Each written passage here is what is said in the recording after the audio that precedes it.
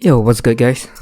I'm Darren, and I'll be sharing my stories, my experiences, my views, and my thoughts on a range of topics from music to sports to food and a bunch of other stuff.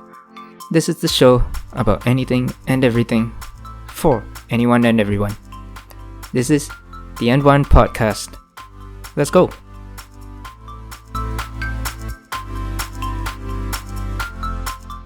What's up, you guys, and welcome back to another episode of the N1 Podcast. It's your boy, Darren, and today I'll be talking about something that is so common in theaters and cinemas, on Netflix, on Disney Plus, and other streaming platforms, and it's so commonly seen on TV nowadays. Today, I'll be talking about superhero comic book movies. Alright, so today I'll be talking about Marvel and DC, and I'll be talking about how I got to love those beloved superheroes that we all love and that we all know and love today. And I'll also be talking about whether or not it is necessary for a superhero comic book movie to be 100% comic accurate. Alright, so before further ado, it's clobbering time. Alright, so I grew up in the late 90s, so I watched a lot of superhero animated series. In particular, X-Men the animated series, Spiderman the animated series, and Batman the animated series. Right, so those shows really developed my love for Marvel and DC superheroes, and to be more specific, Spider-Man and Batman. Alright, so growing up, I never really read a lot of comic books, but my older brother did, and he's a huge Marvel and DC nerd. Okay, so when I was young, there were a lot of comic books lying around the corner of the house, right? And from time to time, I would always pick one up and just browse through them. And I'm talking about those comic books that were like newspaper material, right? They were really thin, and it was like it looked like a magazine sort of thing. And those are the comic books that I'm talking about, right? And I really loved those comic books because it was very visually impactful. With what I think is it's based on more images than words, right? And it had stuff like speech bubbles, and along with the you see those words in speech bubbles like wham, bam, and kapow, right? And it's really, really fun and colorful, and and it was really accompanied by those images, and it really made reading comics a lot of fun. It made it a lot more visually immersive and engaging, and it was just awesome. The whole comic book reading experience was awesome. Right? And comic books are so rare nowadays. I so often see people reading from a Kindle or a hard copy book or just magazines and whatever. And comic books, or rather those old school newspaper like comic books are so rare nowadays, right? And okay, so apart from comic books, I got majority of my knowledge of these Marvel and DC superheroes from watching a lot of shows when I was young, especially those animated shows. And in particular, I got to know a lot more about Spider-Man and Batman through Spider-Man the animated series and Batman the animated series. Okay, so those are two series that I highly recommend even to this day, especially if you're someone who is starting off in the world of superhero comic books. And I feel that those two series really encapsulate and do the heroes and the villains and just all the characters. It really does them a lot of justice. No pun intended. Alright. And you can catch Spider-Man the animated series on Disney Plus, and all sorts of streaming platforms, I'm sure, and Batman the animated series as well, or you can get it on Blu-ray, as I did. And I completed this like within a month from when I got it, and it was just awesome reliving this series. And I highly recommend you guys go catch it, because it's really, really good. Okay, so now moving on. Now there's always this debate, right? Marvel versus DC, which one's better? So before the Marvel Cinematic Universe and the DC Extended Universe, so of course DC had all these old school Batman films, and I'm not talking about the super old school one, but I'm talking about from like the Val Kilmers and the Michael Keaton and Christian Bale. And I absolutely loved the Christopher Nolan trilogy. Those Dark Knight films were awesome, and that performance from Heath Ledger as the Joker, right?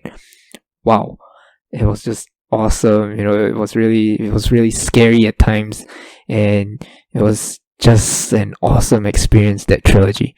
And of course DC, before Man of Steel, we also had Superman, and we had Christopher Reeve and Brandon Routh as Superman, and they had the iconic legendary Superman theme song, and you recognize it as soon as it played, and it was just awesome. Even now, when they were showing it on TV, when I heard the theme song, I'd immediately run down just to catch Superman again.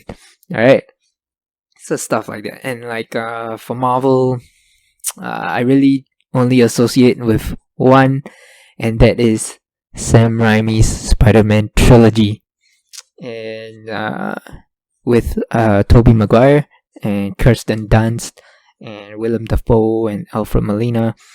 And Tobey Maguire will always be my Peter Parker and my Spider-Man. Okay, let me just put that out there. Despite Andrew Garfield's Spider-Man and Tom Holland's Spider-Man, Tobey Maguire will always be my Peter Parker and my Spider-Man.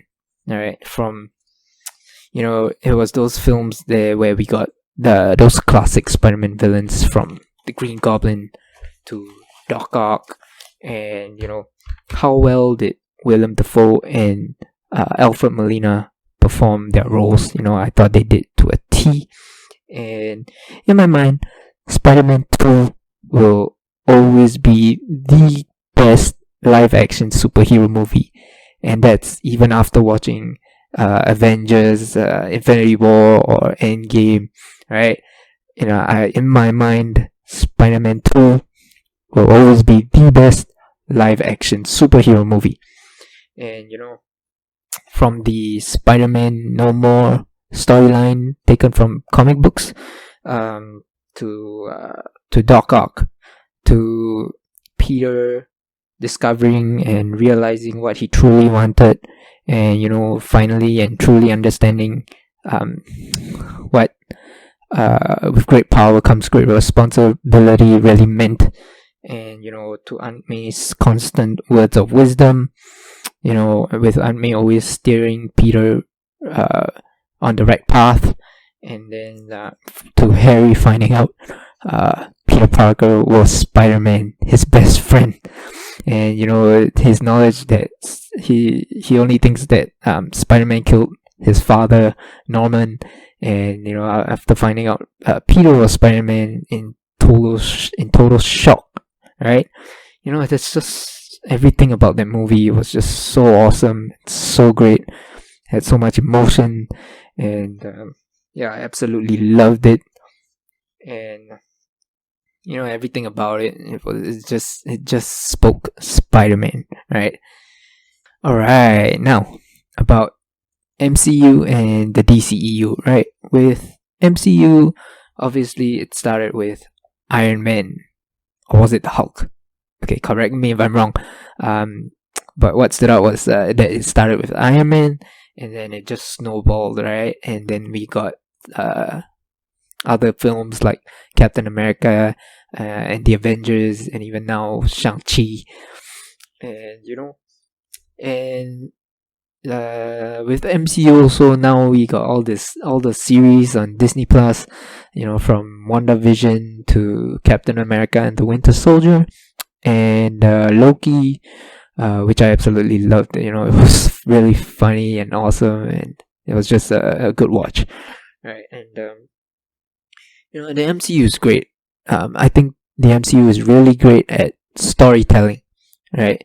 They took us on this 10-year long journey, and where has that ever been done before, right? And then it really brought this cinematic universe and this cinematic experience to life. And as a viewer, as an audience, it was just awesome to have gone through this decade long journey with our beloved Marvel superheroes, and it's even continuing as we speak, right? And I think that's one thing that the MCU does really well. It is their storytelling across a span of years, and it's really bringing that cinematic experience to the audience. I think they do such a great job at it, and it's something that I truly appreciate from Marvel and the MCU. And then, of course, from the DC Extended Universe, we got Man of Steel and Justice League, and I'm talking about Zack Snyder's cut. There was a 4-hour long feast, right? It was just awesome. We got to see Darkseid, and just the whole 4 hours was just incredible, and what an experience. And then, of course, we had Wonder Woman and Aquaman, and we're getting stuff like the Batman in 2022, I think. And it's just awesome, right? Obviously, majority of people would prefer or would choose Marvel to DC, and I can see where they're coming from. A lot of people say that the DC films are so dark and broody as compared to those Marvel films, which were so action packed and full of life, full of color, and it could have been very lighthearted at one point, and then it could have been very action packed at another, and then very emotional and in another, and I understand where these people are coming from, and but I think that what the DC universe did really well was the DCAU. Now that is the DC animated universe. Alright, so for those of you who don't know, DC has its own animated universe, and it's awesome. It's great. Okay, they've come up with a lot of storylines and a lot of movies, and they really stayed true to the superheroes from Batman, Superman, Justice League, and Teen Titans, and there's a lot of them, and I highly recommend you catch it if you can, because the DCAU is awesome, and it really is a whole other experience, and I highly recommend that you try to catch it if you can. Alright, and honestly, I just love and appreciate both Marvel and DC for bringing our beloved superheroes to life with these live action comic book movies, right?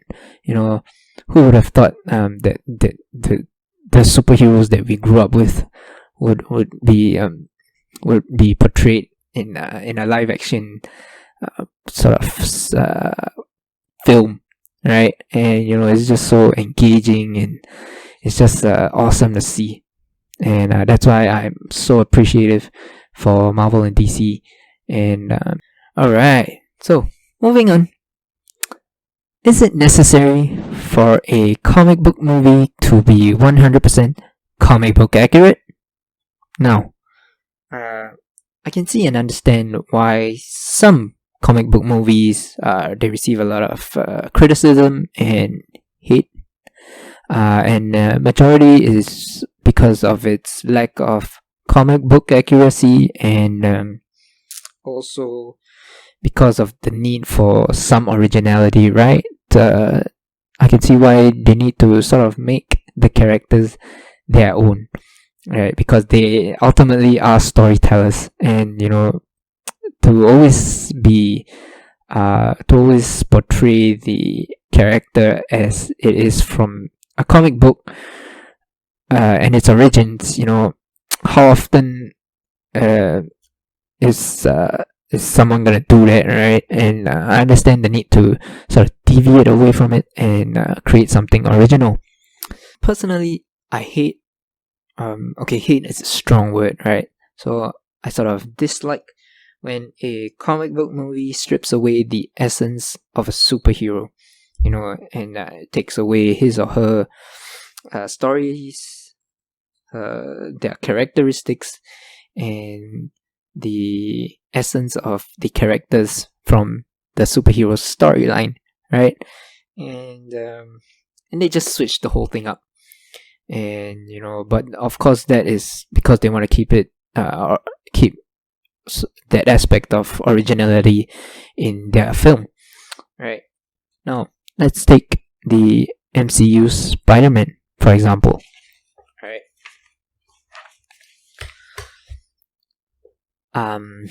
Now this might be a very touchy subject to some out there, but here it goes. Alright, I personally don't like the MCU Spider-Man, okay, and that is no knock on Tom Holland. I have nothing against him. I'm sure he's a pretty good actor, but the MCU Spider-Man really, really gets on my nerves at times, and here's why.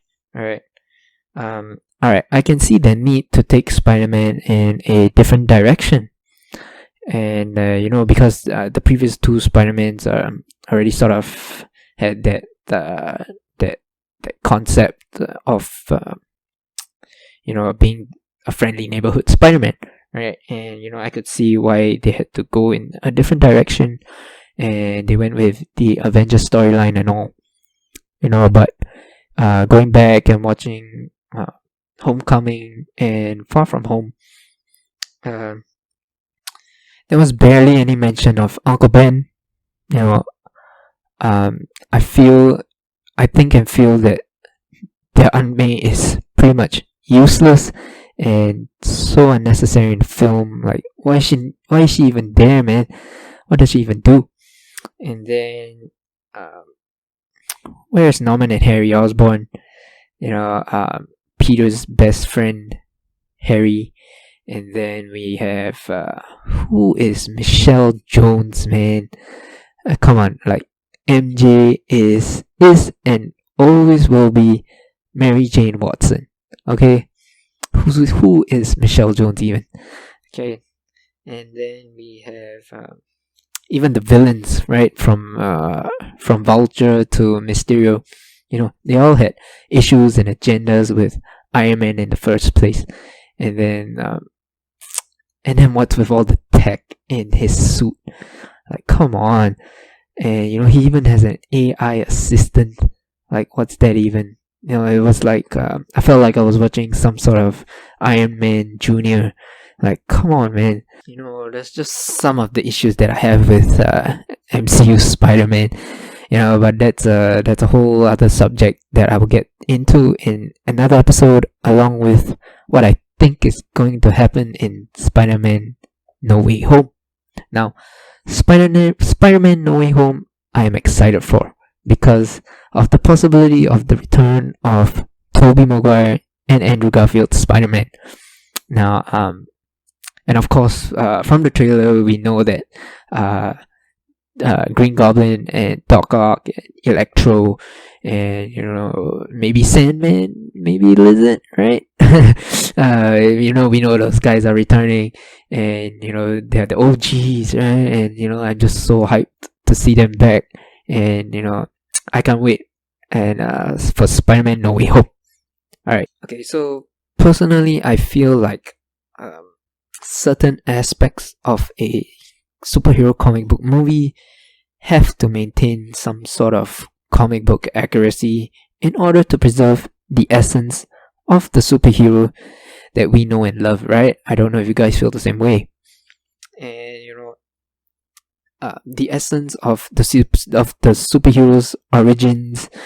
The essence of the superhero and his origins, and all the characters from his or her storyline, and just everything that started the superhero was what made me fall in love, and ultimately watched the superhero growing up in the first place. I don't know if you guys feel the same, but yeah, that's just how I feel, right?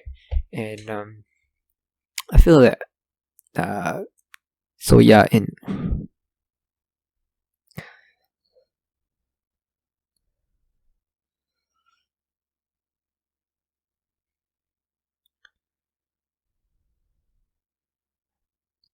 right.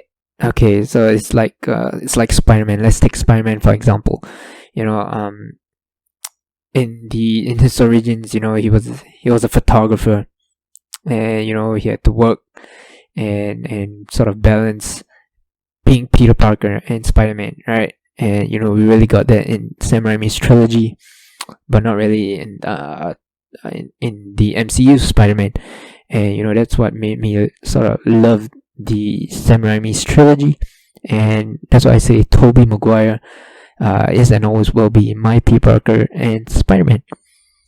Right, and yeah, it's stuff like that, and it's really just staying and sticking with what made the superhero in the first place, and which is why I'm sure we fell in love with the superheroes that we know and love today, right? So it is important to maintain some sort of comic book accuracy, and alright, so with that, thank you guys so much for watching and listening to this superhero episode.